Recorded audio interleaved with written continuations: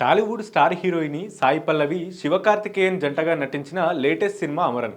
Major Mukundan Raj నిజ జీవిత కథ ఆధారంగా ఈ సినిమాను తెరకెక్కించారు.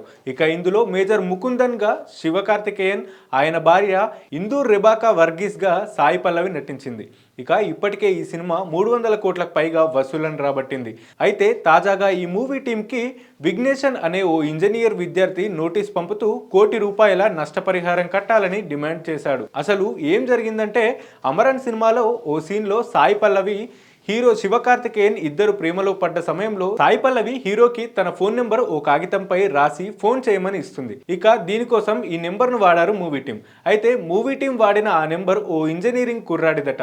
ఇక సినిమా అనంతరం సాయి పల్లవి నెంబర్ అదే అని చాలా మంది ఆకతాయిలు ఆ నెంబర్కి వరుసగా కాల్స్ చేస్తున్నారట.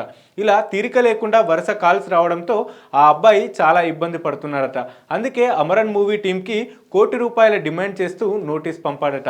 ఇలా వరుసగా ఫోన్ కాల్స్ రావడంతో తాను ప్రశాంతంగా ఉండలేకపోతున్నానని, కనీసం ఫ్యామిలీతో కూడా ఉండలేకపోతున్నానని, తన అనుమతి లేకుండా తన ఫోన్ నెంబర్ అమరన్ సినిమాలో వాడుకున్నందుకు తనకి నష్టపరిహారం చెల్లించాల్సిందే అని పేర్కొన్నాడు.